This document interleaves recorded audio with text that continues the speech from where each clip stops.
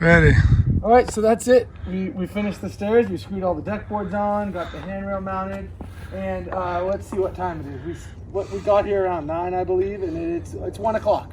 So 2 guys. I did most of the work, and it looks pretty good.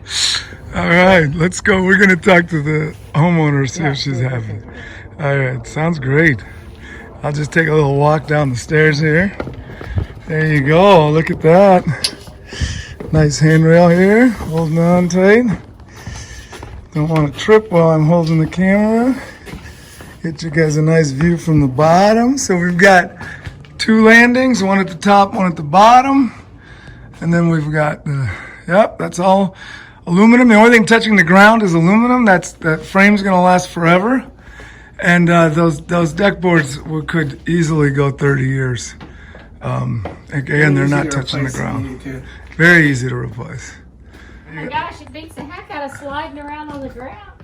There you go. Look at that.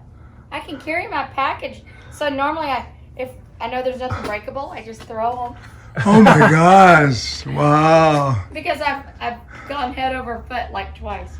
Oh, well, hopefully that doesn't happen anymore. Wow. Yeah, super awesome.